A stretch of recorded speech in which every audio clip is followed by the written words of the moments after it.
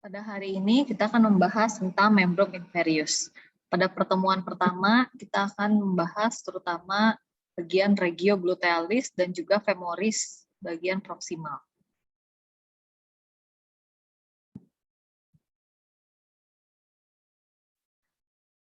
Membrum inferius dibagi menjadi 6 regio. Yang pertama adalah regioglutealis. Ini merupakan regio transisi antara trunkus badan kita dan juga pars libera dari membrum inferior. Dia terdiri dari nates dan juga regio coxae. Bagian yang kedua regionya yaitu adalah regio femoris. Dia merupakan bagian dari pars libera membris superioris. Batas atasnya itu adalah ligamentum inguinal dan bagian bawahnya adalah regio genus. Di bagian posterior batasnya adalah ini sulcus glutealis yang memisahkan antara regio glutealis dengan regio femoris. Regio yang ketiga adalah regio genus. Regio genus di bagian belakang dia terdiri dari fossa poplitea. Ya, sedangkan di bagian depan dia terdiri terutama dari patella dan regio ini terdiri dari condylus femoris ini, kemudian condylus tibia, caput fibula serta patella. Yang keempat adalah regio cruris. Regio cruris terdiri dari tulang tibia dan juga fibula.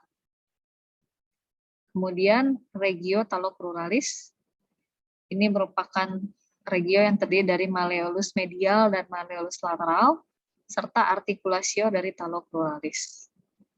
Yang terakhir adalah regio pedis. Regio pedis ini terdiri dari tarsus, metatarsus, dan juga falang. Membrum inferius terbagi menjadi dua, yaitu cingulum pelvicum dan juga ossa dari pars libera. Cingulum pelvicum terdiri dari os sacrum posterior dan juga os coxae, di mana os coxae ini merupakan gabungan dari 3 tulang, yaitu os ilium yang paling besar, ischium, dan juga os pubis di bagian anterior. Cingulum pelvicum ini melekatkan pars libera ke skeleton aksial. Dan dia menyusun skeleton bagian bawah dari trunkus atau dari badan kita. Fungsinya dia memproteksi organ-organ di abdomen, di pelvis, dan juga perineum. Serta yang kedua adalah ossa libera, yang ke bawah ini. Dia terdiri dari os femur, yang panjang, tulang paling panjang, os patella yang kecil, os tibia, dan juga os fibula. Serta ossa pedis yang terdiri dari os tarsi, ossa tarsi, metatarsi yang panjang-panjang, dan juga phalanges. Pars libera ini bekerja untuk menyeimbangkan tubuh kita ya, berdiri, dia menopang berat tubuh kita.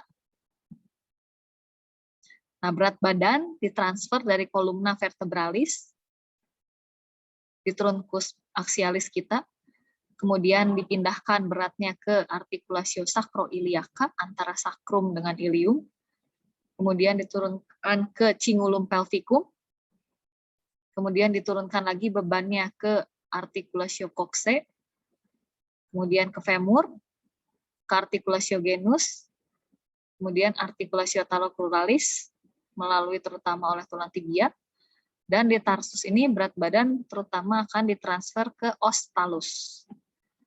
Nah, agar tubuh kita tegak, femur itu harus berada oblik, mengarah ke infromedial dari badan kita. Sehingga pada saat berdiri tegak, itu genu akan berdekatan. Ya, kalau kita lihat ini, dia langsung inferius terhadap trunkus kita, panah yang merah. Fungsinya untuk mengembalikan pusat gravitasi ke garis vertikal. Femur perempuan itu sedikit lebih oblik dibandingkan laki-laki. Mengapa? Karena memang bagian cingulum pelvicumnya itu koksenya lebih lebar dibandingkan laki-laki. Pelvisnya lebih besar. Nah, yang pertama regioglutealis. Regioglutealis ini merupakan transisi dan dia terdiri atas nates. Ya, ini adalah regio yang terbentuk dari otot-otot gluteus dan juga regio kokse, ya, yang terdiri dari 3 tulang. Dibatasi oleh di bagian superior itu adalah crista iliaca. Ini kalau dilihat dari posterior, ini dilihat dari lateral, ya, crista iliaca. Di bagian medialnya dia dibatasi oleh carena analis, ya. Sedangkan di inferiornya itu dibatasi oleh sulcus glutealis. Bagian ini ditutupi oleh musculi glutei, terutama ya cingulum pelvicum ini. Nah, ini os kokse. Dia terbentuk dari 3 tulang, yaitu ilium, ischium, dan juga os pubis. Pada saat lahir, dia ini masih digabungkan oleh cartilago hialin. Baru seiring bertambahnya usia, dia akan berfusi. Saat pubertas, dia sudah dipisahkan oleh cartilago triradiata, bentuknya Y di sini. Ya, di pusatnya di acetabulum. Di acetabulum kita itu terdiri dari 3 tulang, fusi dari 3 tulang. Kemudian bagian sini, yaitu antara os ischi dengan os pubis, dia akan fusi pada usia 9 tahun. Dan fusinya sempurna kurang lebih pada saat usianya 15-17 tahun, 20-25 tahun. Ya, fusi lengkap pada saat usia 20-25 tahun. Nah, ada beberapa ligamentum juga yang memperkuat dari articulatio sacroiliaca. Ya, articulatio sacroiliaca ini menghubungkan antara tulang sakrum, os sakrum dengan os ilium. Disebut juga articulatio sacroiliaca. Agar kuat, dia diperkuat oleh beberapa ligamentum. Ligamentum yang pertama adalah di bagian anterior, ini adalah ligamentum sacroiliacum anterius. Kemudian di bagian belakang, ini ada ligamentum sacroiliacum yang posterius. Kalau dibuka, baru ada ligamentum yang lebih kecil, ini adalah ligamentum sacroiliacum interoseus. Jadi dia menghubungkan antara tuberositas osis sacri dan juga tuberositas iliaca. Ya, articulatio sacroiliaca ini merupakan junctura sinovial. Ya, dia dibentuk dari persendian antara kedua fasies, yaitu fasies auricularis dari osis sacri dan juga fasies auricularis dari os ilium. Os ilium ini merupakan tulang yang terbesar dari kokse. Dari 3 tulang, ini merupakan tulang yang paling besar. Di mana dia terdiri dari corpus osis ili, dan juga ala osis ili. Ya, ala osis ili ini yang lebih lebar. Ya, dan dia tipis. Kalau pada orang tua, bagian ini sering mengalami osteoporosis ya, karena tipis. Nah, os ilium ini terdiri dari mempunyai beberapa tonjolan. Di anterior dia memiliki tonjolan yang dapat diraba dari luar biasanya. Sama kalau orangnya gemuk ya mungkin nggak teraba ya, tapi kalau misalnya kurus atau biasa saja dia masih bisa teraba ya. Ini merupakan bagian yang paling menonjol dari bagian kokse, disebut juga spina iliaca anterior superior atau disingkat SIAS. SIAS ini berlanjut ke posterior akan membentuk crista iliaca dan berakhir di posterior sebagai spina iliaca posterior superior. Di bawah dari tonjolan ini terdapat spina iliaca posterior inferior. Begitu pula yang di depan terdapat spina iliaca anterior inferior. Di bagian lateral, ini adalah dilihat dari lateral ya, jadi di bagian lateral ini terdapat tonjolan di mana tempat perlekatan dari musculus gluteus. Ya, dia ada linea glutea anterior, kemudian linea glutea inferior, dan juga linea glutea posterior. permukaan ini disebut juga facies glutea.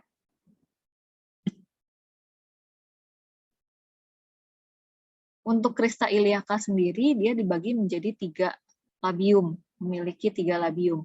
Yang paling luar disebut juga labium externum, kemudian yang tengah disebut juga labium intermedia, dan yang bagian yang paling medial itu adalah labium internum. Ya, tapi 3 bagian ini, 3 bangunan ini disebut Crista iliaca, merupakan bagian dari Crista iliaca. Dan ada satu tonjolan yang kurang lebih beberapa senti di belakang posterior terhadap sias, itu terdapat tonjolan di bagian lateral, ini disebut tuberculum iliacum. Di bagian medial, ini kalau dilihat dari medial bagian dari os ilium ini lebih halus permukaannya di bagian anterior. Inilah yang dilakukan yang disebut dengan fossa iliaca, di mana di sini tempat bersandarnya musculus iliacus. Sedangkan di bagian posteriornya itu lebih kasar, karena dia terdiri dari tuberositas iliaca dan juga facies auricularis, di mana bagian ini akan bersinggungan dengan bagian sakrum, atau sakrum yang akan membentuk articulatio sacroiliaca. Facies auricularis itu ini ya, seperti bulan sabit. Nah, kemudian dari os ilium, dia dibatasi linea arcuata di bagian medial, membatasi ilium dengan ischium dan pubis. Nah, ini disebut juga linea arcuata.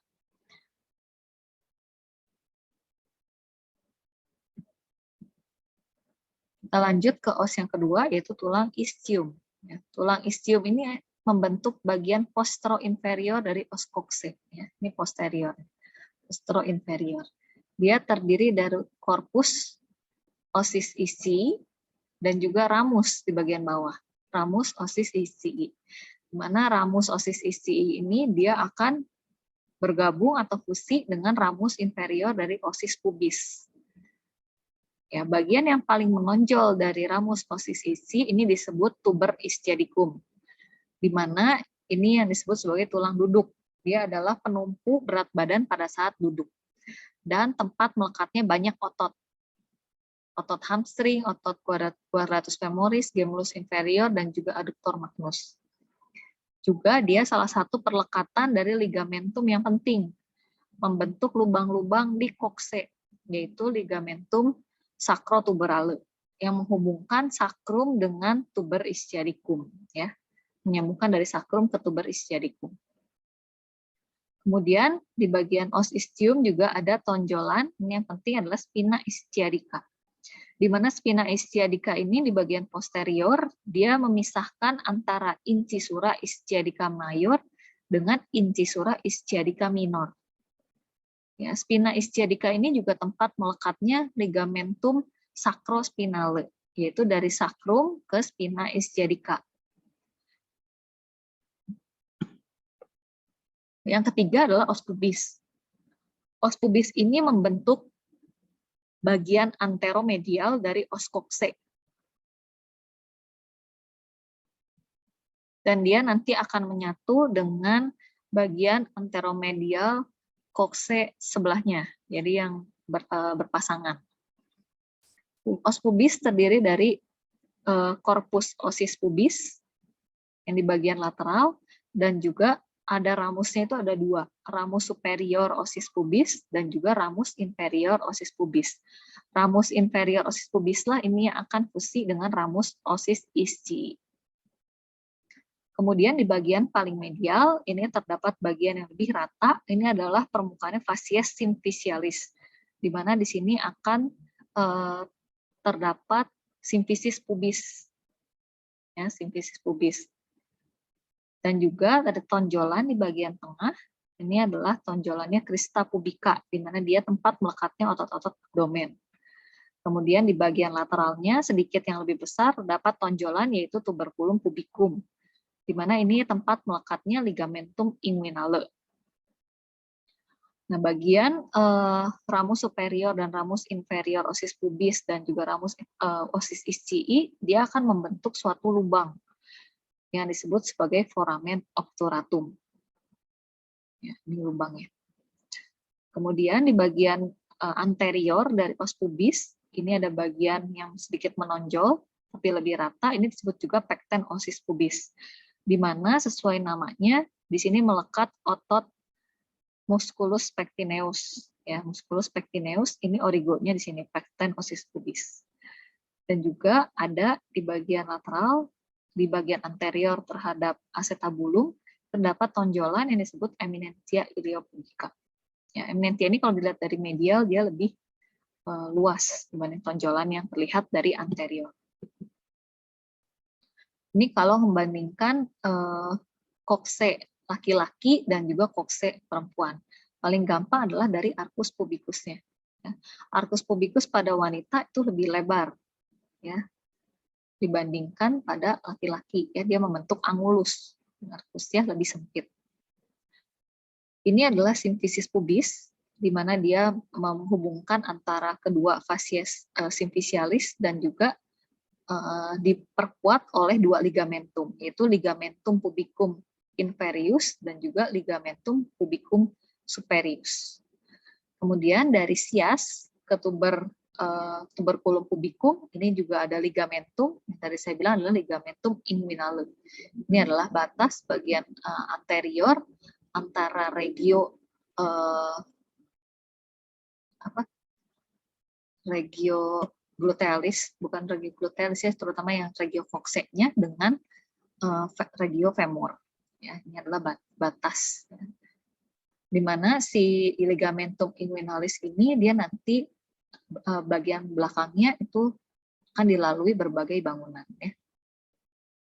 Nah, untuk yang lubang di sini, ini adalah canalis obturatorius. Dia akan ditutupi oleh membrana obturatoria. Di mana membrana obturatoria ini tidak menutupi seluruh permukaan lubangnya. Ada sedikit yang tidak ditutupi oleh membrana obturatoria. Ini disebut sebagai canalis atau sulcus obturatorius. Disinilah akan keluar arteri, nervus, dan vena obturator.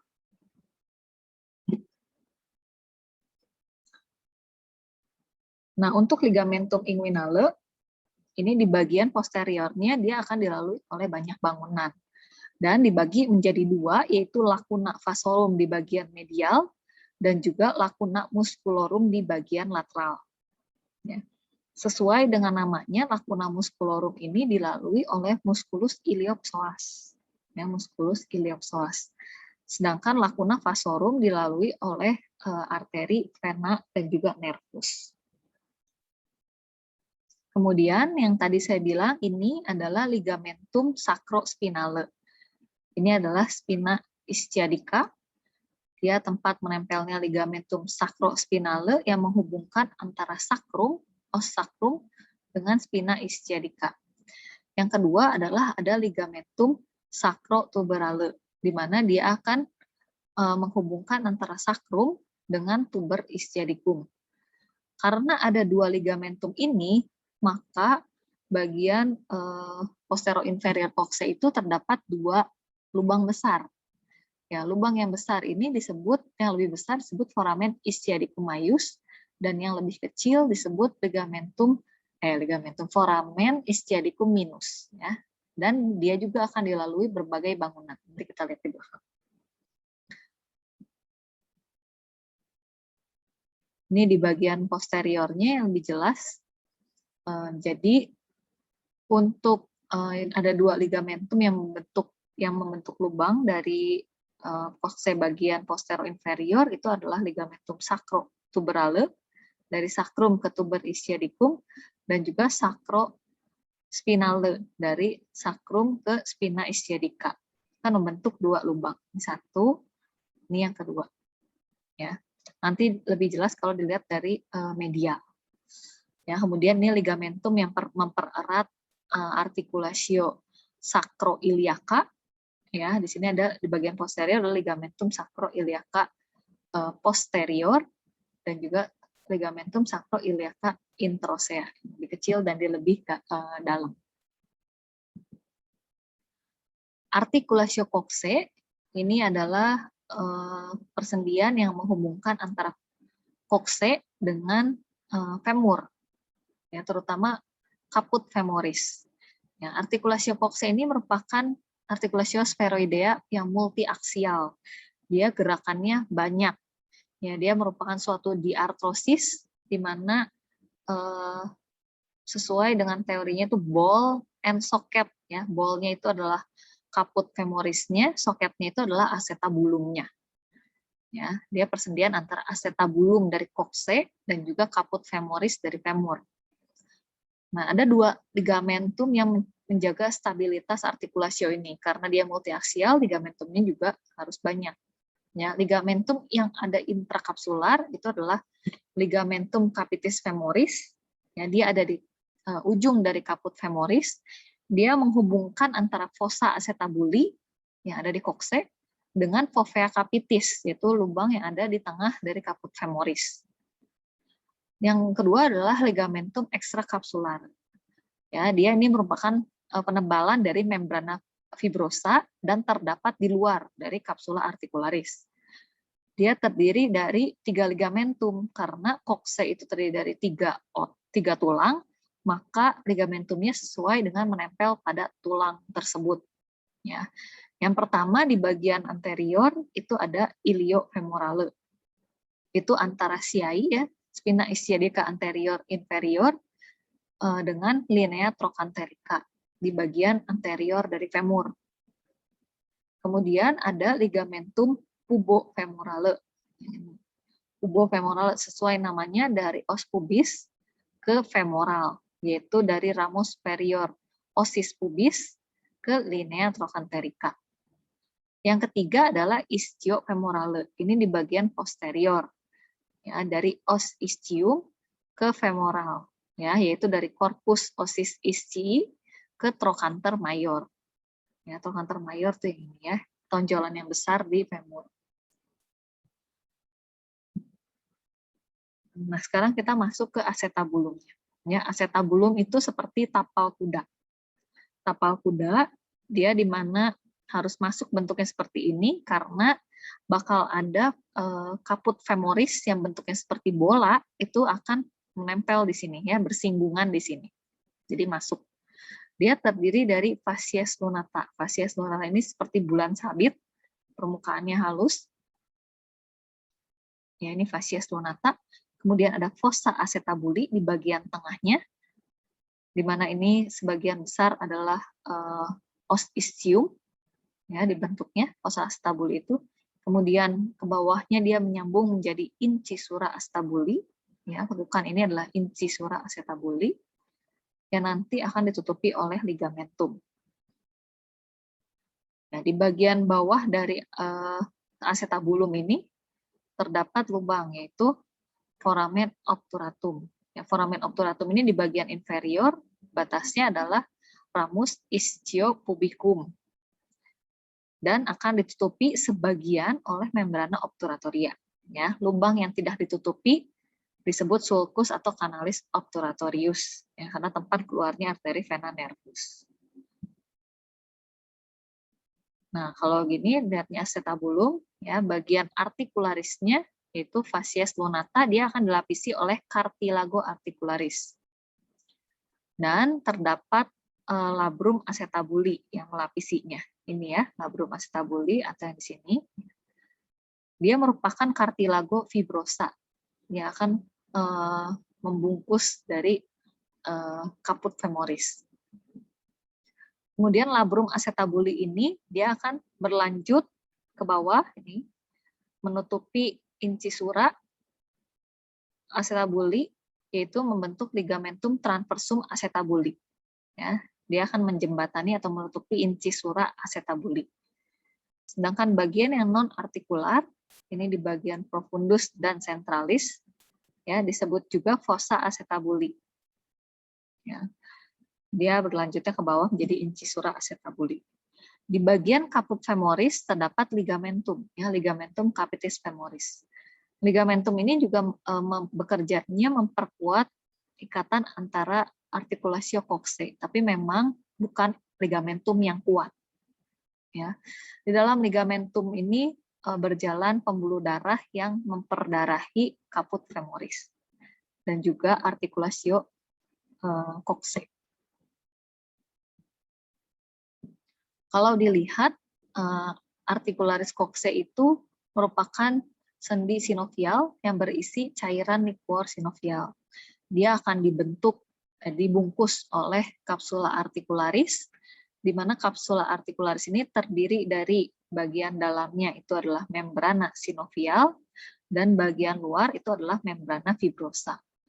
Membrana fibrosa ini akan menebal dan membentuk ligamentum. Yang tadi ya, ligamentum yang 3 itu, iliofemorale, pubofemorale, dan istiofemorale, untuk memperkuat dari artikulasio coxae. Kita masuk os femur. Os femur ini merupakan tulang terpanjang dan terberat dari tubuh kita. Panjangnya itu kurang lebih 1/4 dari tinggi badan kita. Dia terdiri di bagian proksimal, itu ada caput femoris, di mana di ujungnya terdapat fovea capitis femoris. Ini adalah tempat melekatnya ligamentum capitis femoris. Kemudian bagian yang mengecil, ini adalah lehernya, disebut juga column femoris. Kemudian bagian yang paling panjang, ini adalah corpus femoris. Nah, di bagian proksimal, bagian posteriornya, dia ada 2 tonjolan. Yang besar adalah trochanter mayor di bagian superior, dan juga trochanter minor, di mana ini juga dua-duanya tempat melekatnya banyak otot. Kemudian dari bagian proksimal, dia akan ada tonjolan, ya, yaitu panjang ke bagian bawah, itu adalah linea aspera. Ya, linea aspera, dan berlanjut ke bawah membentuk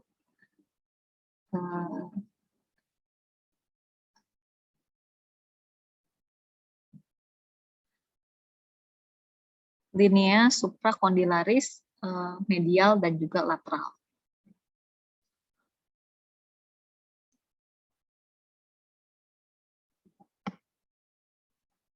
Nah, di bagian posterior ini lebih banyak bangunannya, yaitu yang pertama adalah sedikit tonjolan di antara trochanter mayor juga trochanter minor. Ini disebut juga crista intertrochanterica. Ini juga tempat melekatnya otot.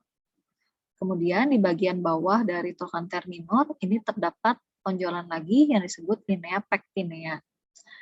Ini tempat melekatnya otot musculus pectineus yang tadi dari pecten osis pubis, ini insersinya ke sini ya, musculus pectineus ke linea pectinea. Kemudian di bagian lateralnya juga ada tonjolan yang tidak merata, ini adalah tuberositas glutea. Ini juga tempat menempelnya otot gluteus. Nah, linea aspera yang tadi, dia ada 2 ya, labium lateral dan medial, yang akan masing-masing menyambung menjadi linea supracondylaris, ya, yang lateralis dan juga yang medialis. Kemudian di bagian distal, ini di bagian posterior ada lekukan yang paling besar, ini adalah facies poplitea, yang akan membentuk fossa poplitea pada bagian luar posterior dari bagian regio genu kita. Kemudian ada 2 tonjolan yang besar di bagian distal femur, ini adalah condylus lateralis dan juga condylus medialis. Sedikit ke atasnya ada tonjolan lebih kecil, itu adalah epicondylus lateralis dan juga epicondylus medialis. Di atas epicondylus medialis itu ada tonjolan lagi, yaitu tuberculum adductorium. Ini adalah tempat melekatnya otot-otot aduktor. Di bagian tengah antara kedua kondilus, ini ada lekukan yang disebut fossa intercondylaris, dan juga di atasnya akan membentuk linea intercondylaris.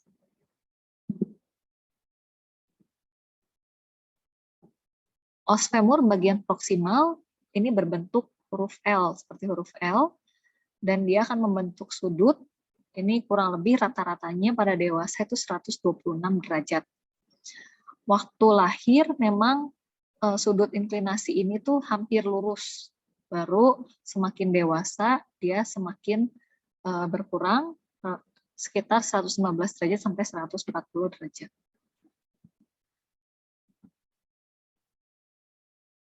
Nah, ini kalau dilihat dari bagian inferior, maka bagian yang menonjol itu yang tadi kita sebut kondilus itu akan membentuk fasies ke depannya, akan membentuk fasies patellaris bagian depan untuk bersinggungan dengan patella.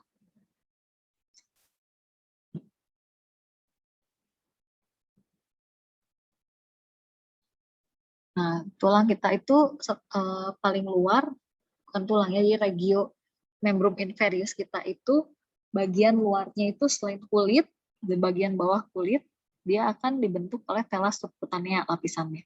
Dia merupakan fascia superficialis, letaknya profunda terhadap kutis, terdiri dari jaringan ikat longgar yang mengandung lemak, dan juga ada nervus untuk kulit, yaitu nervus cutanei, ada vena superficial, juga vasa limfatikusnya, dan juga nodus limfatikusnya.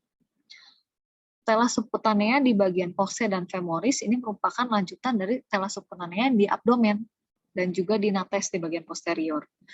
Ya, pada genu tela subcutanea ini akan kehilangan lemaknya dan berfusi ya, jadi nyatu dengan fascia yang profunda. Nah, fascia profunda membri inferius ini kuat. Ya, dia membungkus seperti elastic stocking yang membantu kontraksi dari otot-otot. Nah, fascia profunda ini akan membatasi penonjolan otot terutama pada saat berkontraksi supaya lebih efisien dan dapat mengompresi vena agar bisa melawan gravitasi. Nah, lapisan profundanya ini adalah disebut fascia lata. Ya. Fascia lata ini di superior dia akan menempel pada ligamentum inguinale. Ya. Ligamentum inguinale dia melekat pada ligamentum inguinale, kemudian pada arcus pubicum, corpus ossis pubis, dan juga tuberculum pubicum di medial anterior. Kemudian di bagian inferior, masih di bagian proksimalnya, dia juga akan melekat pada stratum membranosum dari dinding abdomen yang inferior. Kemudian di bagian lateral dia akan menempel pada crista iliaca sampai ke posterior, dan di posterior dia akan menempel pada os sacrum dan os coccygeus serta ligamentum sacrotuberalo di bagian inferior dan tuber ischiadicum lanjut ke ramus ischiopubicum.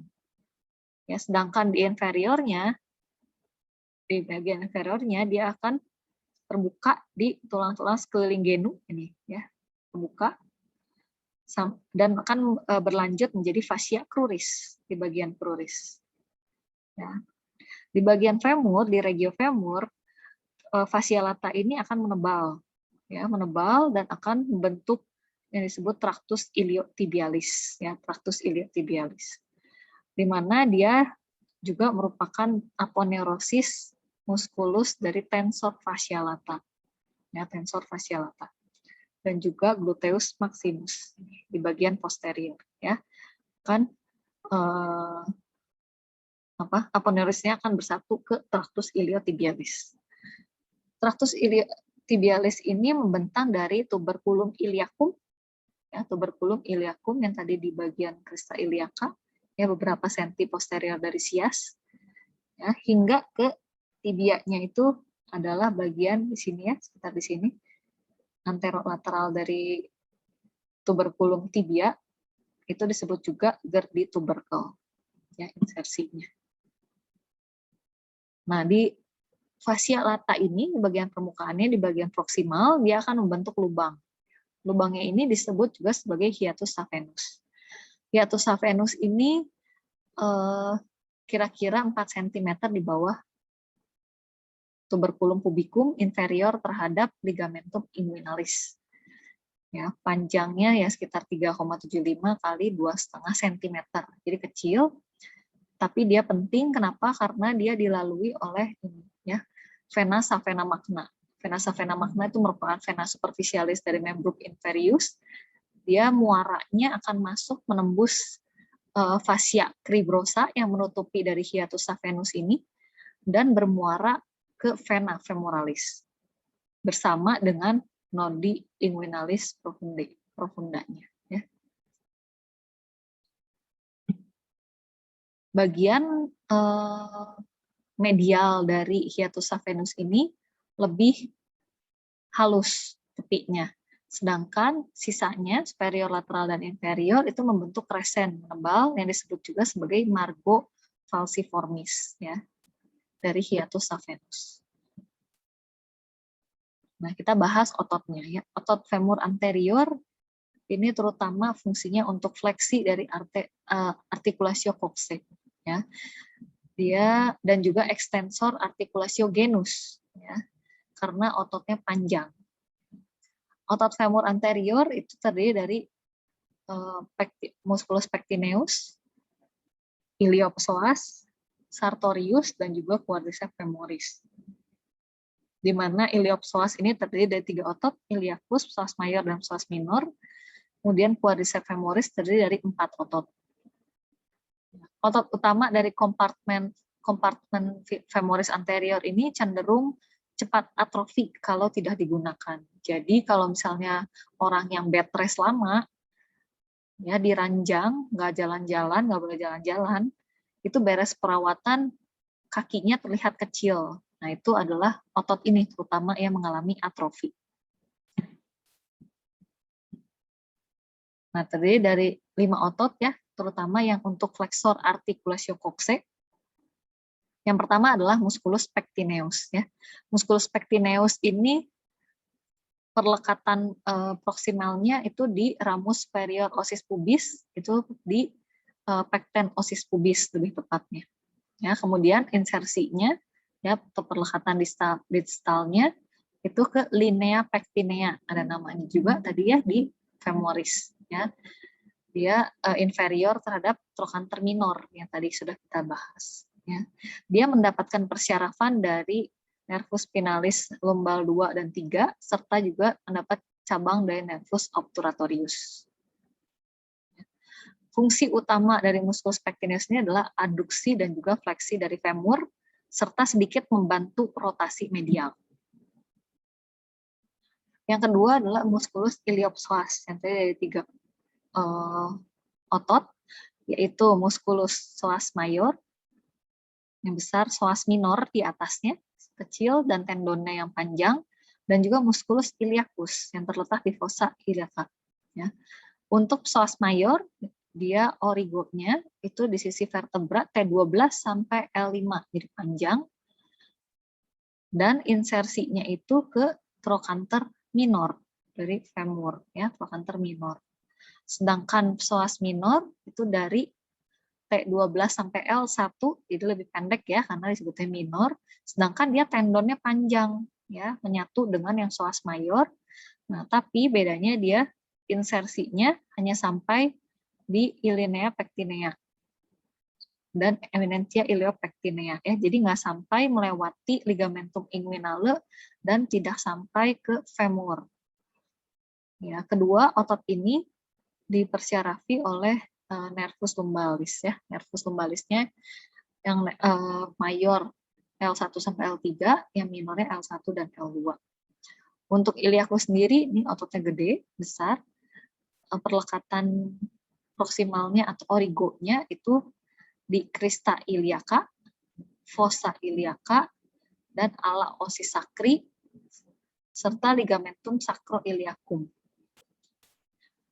Dia ini insersinya akan ke femur juga, ya bersamaan dengan tendo dari psoas mayor, ya di trochanter minor. Ya, dia dipersyarafi oleh nervus femoralis, yaitu cabang yang dari nervus spinalis L2 dan L3. Ketiga otot ini, aksi utamanya adalah sama, yaitu terutama untuk fleksi femur. Ya. Jadi kalau ini kontraksi, serabut ototnya memendek, maka femur akan terangkat ke atas, ya, sehingga akan terjadi fleksi dari articulatio coxae. Yang terakhir adalah musculus sartorius. Ya, ini musculus sartorius. Memang terdapat di regio femur dia, tapi fungsinya sama untuk fleksi articulatio coxae, ya, membantu fleksi. Origonya dia adalah di scias, ya, di spina ischiadica anterior superior, dan insersinya ke tibia, ya, jadi panjang ya, dia melewati satu tulang ya, tulang femur dilewatin dan melekat di bagian medial dari tibia. persyarafannya oleh nervus femoralis juga, dan aksi utamanya fleksi, abduksi, ya, dan juga rotasi lateralis pada artikulasio coxae. Dan karena dia melewati artikulasio genu juga, maka dia berfungsi untuk fleksi dari crus pada artikulasio genus. Dan juga sedikit rotasi medial jika posisi genunya dalam keadaan fleksi, baru dia bisa sedikit membantu rotasi medial. Untuk di bagian posterior, ini adalah otot tracheoglutealis, ya, dibagi menjadi dua. Ya. Lapisan yang superficialis ini otot yang gede, ya, otot yang besar-besar, yang terdiri dari gluteus maximus, medius, minimus, dan juga tensor fascia lata. Semua otot ini disebut superficial karena perlekatannya itu di luar, perlekatan proksimalnya di luar, ya, dan di tepi ala osis ilii, yang fungsinya adalah untuk ekstensor, abduktor, dan juga rotator interna dari femur. Sedangkan lapisan yang profundus ini lebih dalam letaknya, terdiri dari musculus piriformis, obturatorius internus, gemellus superior dan inferior, serta quadratus femoris. Ya, semua otot tersebut mempunyai perlekatan distal yang berdekatan dengan crista intertrochanterica femur. Ya, fungsi utamanya untuk rotator eksterna dan menstabilkan artikulasio coxae.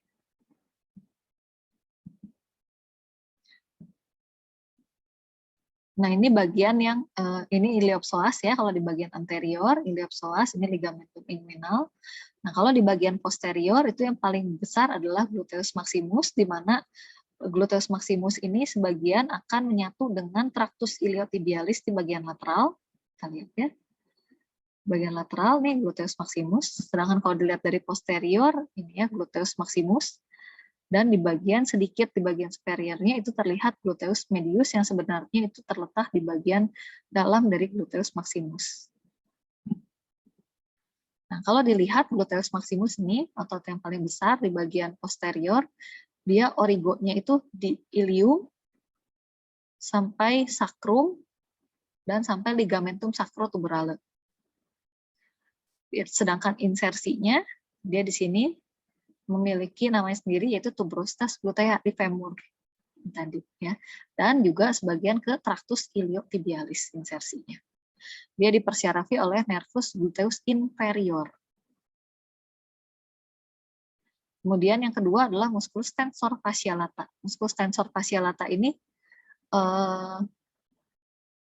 sedikit ototnya, kemudian dia akan lanjut menjadi tractus iliotibialis, ya, menyatu dengan tractus iliotibialis insersinya. Ya, jadi ototnya hanya di bagian atas saja, origonya itu di sias ya di bagian depan, sampai ke crista iliaca hanya bagian depan saja, dan insersinya ke tractus iliotibialis. Ya, dia dipersyarafi oleh nervus gluteus superior. Fungsinya untuk gluteus yang maximus, terutama untuk ekstensi femur ya ke belakang, jadinya. Femurnya diangkat ke belakang, itu ekstensi femur, terutama pada posisi fleksi dari genu, ya, dan membantu rotasi eksterna. Ya, untuk tensor fascia lata sendiri, ototnya kecil, tapi dia berfungsi untuk abduksi dan rotasi interna femur.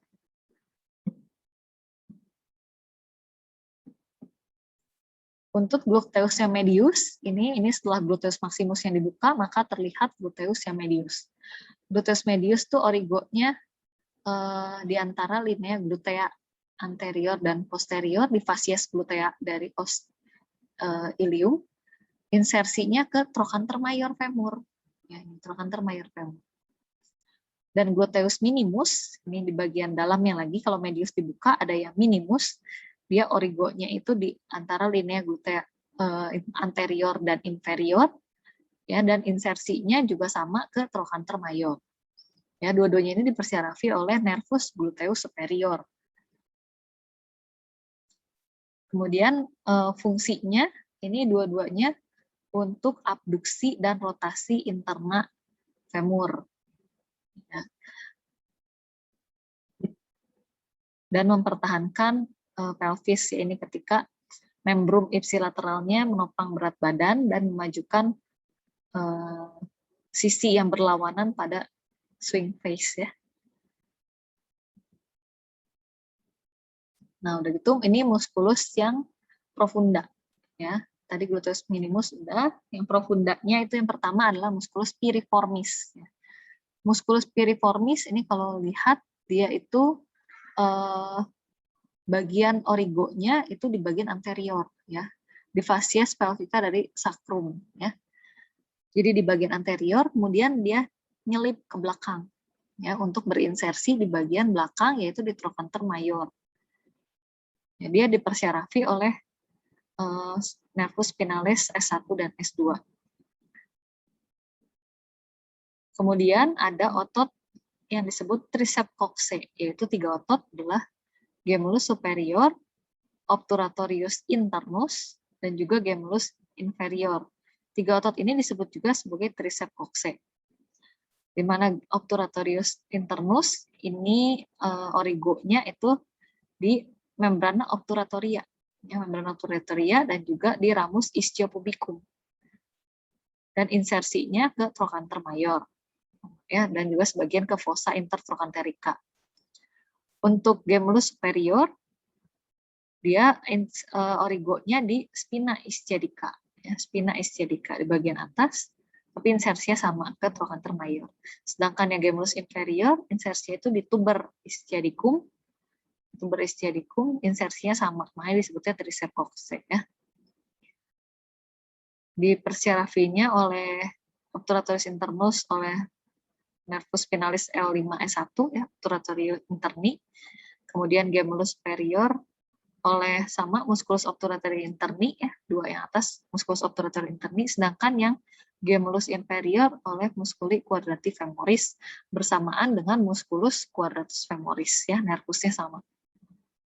Musculus quadratus femoris sesuai namanya dia bentuknya kotak ya. Origonya sama di tuber ischiadicum sama dengan gemulus inferior. Insersinya di tuberculum quadratum ya, di femur dan daerah di bawahnya ya. Nah, fungsinya yang piriformis dan juga triceps coxae ini aksi utamanya adalah untuk rotasi eksterna femur. Ya, dan juga dia mempertahankan si kaput femur dalam acetabulum ya, ikat gini. Jadi dia termasuk otot yang memperkuat. Sedangkan quadratus femoris ini juga untuk rotasi eksterna femur dan juga mempertahankan namanya kaput femoris di dalam acetabulum. Ini adalah gerakan yang dapat dilakukan oleh articulatio coxae ya. Jadi fleksi articulatio coxae itu bisa lebih maksimal jika disertai dengan fleksi genu. Ya, maka itu bisa sampai 130 derajat. Ekstensinya itu hanya 10 derajat kecuali bila dia melakukan fleksi genu ya. Kalau fleksi genu itu bisa lebih besar ya range motion-nya. Kemudian untuk abduksi dan aduksi ya, dia ke lateral abduksi itu 40 derajat dan ke medial itu lebih kecil ya, cuma 30 derajat aduksinya. Kemudian untuk rotasi eksterna dan rotasi interna ini terutama pada keadaan fleksi genu juga ya, ke bagian lateral atau eksorotasi bisa 40 derajat, yang ke medial endorotasi bisa 50 derajat.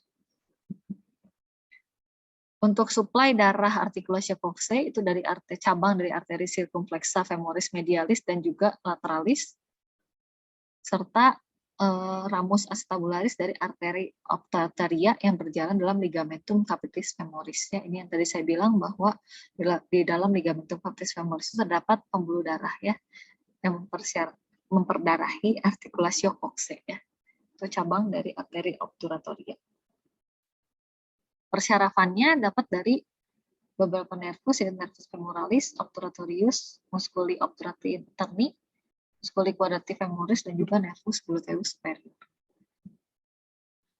Nah, untuk ligamentum, ini ada beberapa ligamentum yang tadi sudah saya sempat jelaskan. Yang pertama adalah ligamentum sacrospinale. Ya, ligamentum sacrospinale ini bersama dengan ligamentum sacrotuberale ya, dari sacrum ke tuber ischiadicum. Kalau yang sacrospinal dari sacrum ke spina ischiadica akan membentuk 2 lubang. Lubang yang besar ini adalah foramen ischiadicum maius Ya, foramen ischiadicomaeus ini akan dilalui satu otot yaitu musculus piriformis yang tadi kata saya dari depan melekatnya terus dia berinsersi di trochanter mayor ya, jadi mesti ke belakang itu akan melalui lubang ini. Ya. Dan satu lagi akan membentuk foramen ischiadicum minus. Nah, ini musculus piriformis akan masuk ke dalam foramen ischiadica mayor. Ya. Sehingga karena dia masuk ke lubang, dia akan membagi si foramen ischiadica mayor ini menjadi dua lubang yang kecil. Ya, di bagian atasnya adalah foramen suprapiriformis dan juga di bagian inferior adalah foramen infrapiriformis. Bangunan yang melewati suprapiriformis ini adalah arteri vena dan nervus glutea superior. Sedangkan di bagian inferior dia dilalui oleh arteri vena nervus glutea inferior dan juga ada nervus ischiadicus dan nervus yang besar ya, terbesar. Kemudian ada nervus cutaneus posterior femoris, nervus musculi obturator interni, quadrati femoris dan juga nervus pudendus ya, semuanya lewat sini ya, infrapiriformis.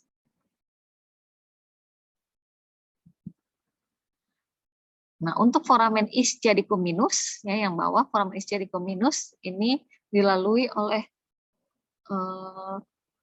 arteri vena pudenda interna dan juga nervus pudendus.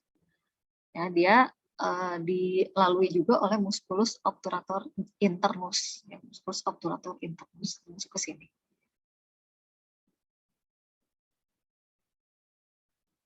Untuk regioglutealis dia mendapatkan perdarahan dari cabang arteri iliaca interna. Memang berbeda-beda, tapi cabang utamanya yang menyuplai regioglutealis adalah arteri glutea superior, arteri glutea inferior, dan juga arteri pudenda interna, dan semuanya cabang dari arteri iliaca interna. Ya, arteri iliaca interna ini merupakan cabang dari arteri iliaca communis, yaitu cabang dari aorta abdominalisnya. Jadi dari aorta abdominalis bercabang menjadi arteri iliaca communis bercabang menjadi iliaca interna dan eksterna. Jadi rongga pelvis iliaca interna yang akan bercabang ya menjadi arteri obturatoria, pudenda interna, glutea superior inferior, uterina, vaginalis, vesicalis inferior dan juga rectalis media untuk mempersyarafi organ dan otot di dalam rongga pelvis terutama. Sedangkan iliaca eksterna dia tidak bercabang di dalam rongga pelvis, tapi dia akan berlanjut sampai melewati ligamentum inguinale di lacuna vasorum dan akan membentuk arteri femoralis. Jadi berlanjut berubah nama menjadi arteri femoralis. Dia akan mempercabangkan arteri epigastrika inferior dan juga arteri circumflexa iliaca profunda. Nah, ini kalau misalnya dilihat dari gambarnya, ini adalah aorta abdominalis, dia akan bercabang menjadi arteri iliaca communis. Iliaca communis akan bercabang menjadi arteri iliaca interna dan juga eksterna, di mana eksterna ini hanya numpang lewat, di mana dia akan melalui ligamentum inguinale berlanjut menjadi arteri femoralis. Sedangkan arteri iliaca interna dia akan bercabang-cabang, yang penting cabang yang di sini adalah, yang kita pelajari hari ini adalah arteri obturatoria. Ini kalau misalnya musculus piriformis diangkat, baru terlihat arteri obturatoria ini. Kemudian ada arteri glutealis superior, ini arteri glutealis superior, kemudian arteri glutealis inferior. Ya, arteri obturatoria ini akan terus ke bawah, berlanjut dan masuk ke foramen obturatorium. Yang ini ya, arteri obturatoria yang ke bawah. Ya. Untuk venanya, semua venanya itu akan berjalan bersamaan dengan arterinya dan akan bermuara ke vena iliaca interna, jadi sesuai dengan arterinya. Ya. Namun yang berbeda di sini adalah cabang-cabang dari vena di glutealis superior dan juga glutealis inferior itu akan berhubungan dengan tributari dari vena-vena femoralis. Jadi cabang-cabang dari sebelum bermuara ke vena iliaca interna dan sebelum bermuara ke vena femoralis, dia itu akan ada tributari ya, atau anastomosis, sehingga dia merupakan jalur alternatif jika terjadi oklusi di vena femoralisnya, masih ada jalan lain untuk pembuluh darah venanya. Dan yang kedua adalah vena pudenda interna, tapi dia terutama mengalirkan darah dari genital eksterna atau pudendum ya, bermuaranya ke vena iliaca interna. Jadi sama-sama bermuara ke vena iliaca interna. untuk aliran limfatiknya dari regioglutealis itu sama mengikuti dari aliran venanya ya. Jadi aliran limf itu selalu mengikuti aliran vena ya. Jadi yang bagian yang profundus dari bagian ates itu akan mengikuti vasa glutea ya. Vasa glutea baik yang superior maupun yang inferior, kemudian masuk ke nodi iliaca interna sama ya, iliaca interna ya. Yang ini. Kemudian barengan bersatu dengan yang nodi iliaca externa membentuk nodi iliaca communis, dan juga nanti ke bagian atas membentuk nodi lumbales ya, atau nodi aortici. Kemudian dari bagian superficialis ya, dari bagian yang superficialis ini dia akan memasuki nodi inguinal yang superficialis juga. Ya, baru nanti bergabung langsung dengan nodi iliaca externi ya.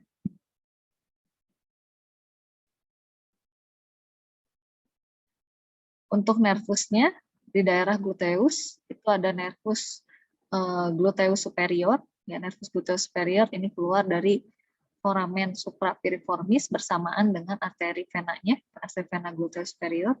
Kemudian ada nervus gluteus inferior ya, nervus gluteus inferior ini keluar dari foramen infrapiriformis ya, bersamaan dengan arteri dan vena gluteus inferior. Kemudian nervus yang paling besar adalah nervus ischiadicus, ini terutama nervus yang mempersyarafi tungkai bagian bawah ya, pars liberatnya. Kemudian ada nervus musculi quadrati femoris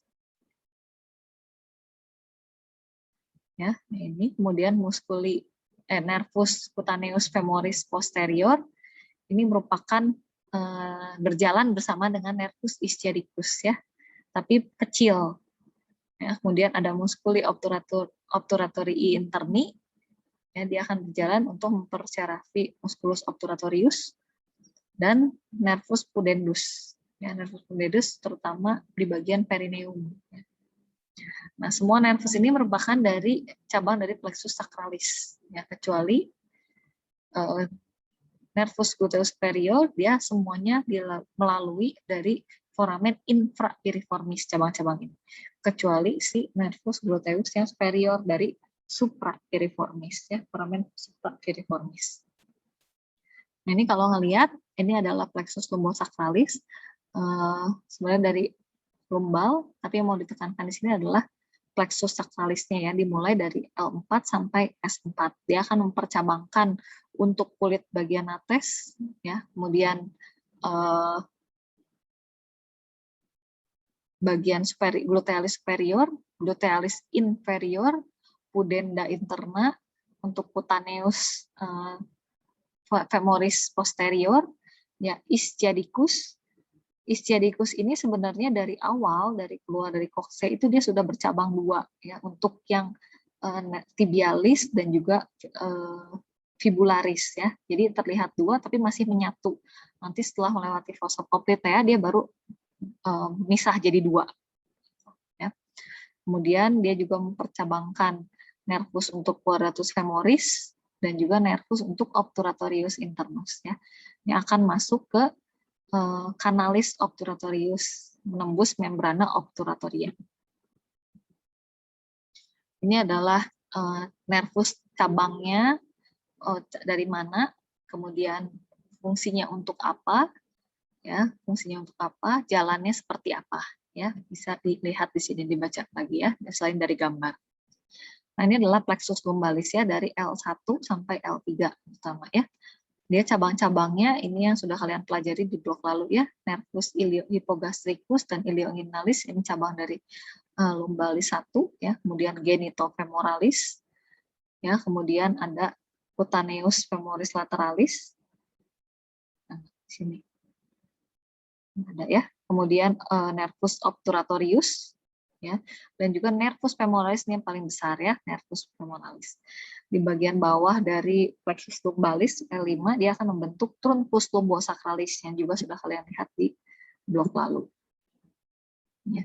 Ini adalah plexus lumbosacralis ya, dari L4 sampai S3. Dia akan mempercabangkan nih nervus glutealis superior, nervus glutealis inferior, kemudian nervus obturatorius internus, ya, yang kecil adalah musculus piriformis, nervus musculus piriformis, kemudian ada nervus musculus quadrati femoris, kemudian ada nervus cutaneus posterior femoris, yang lebih besar adalah nervus pudendus, yang kecil adalah nervus coccygeus, dan yang paling sangat-sangat besar ini adalah nervus ischiadicus yang sudah terbagi menjadi dua, yaitu nervus tibialis dan juga nervus fibularis. Nah, kalau di sini untuk kepentingan klinisnya, karena banyak nervus yang keluar dari daerah glutealis, maka kalau kita mau injeksi intramuskular di daerah gluteus, maka daerah yang paling aman adalah superolateral, ya, dari regio glutealis, ya. Kenapa? Karena di sini sedikit tidak ada nervus yang melewati di sini, ya. Kemudian pembuluh darahnya juga nggak ada yang besar, ya, sehingga ini adalah tempat yang relatif aman untuk penyuntikan injeksi intramuskular pada daerah glutealis, ya. Karena kalau di sini banyak nervus besar, ya, dan juga pembuluh darah. Ya, bisa dilihat, ya, bagian superolateral. Kalau mau dilihat di sini, ya, di antara di belakang dari sias, ya, sampai daerah tuberculum iliacum, ya, itu juga aman.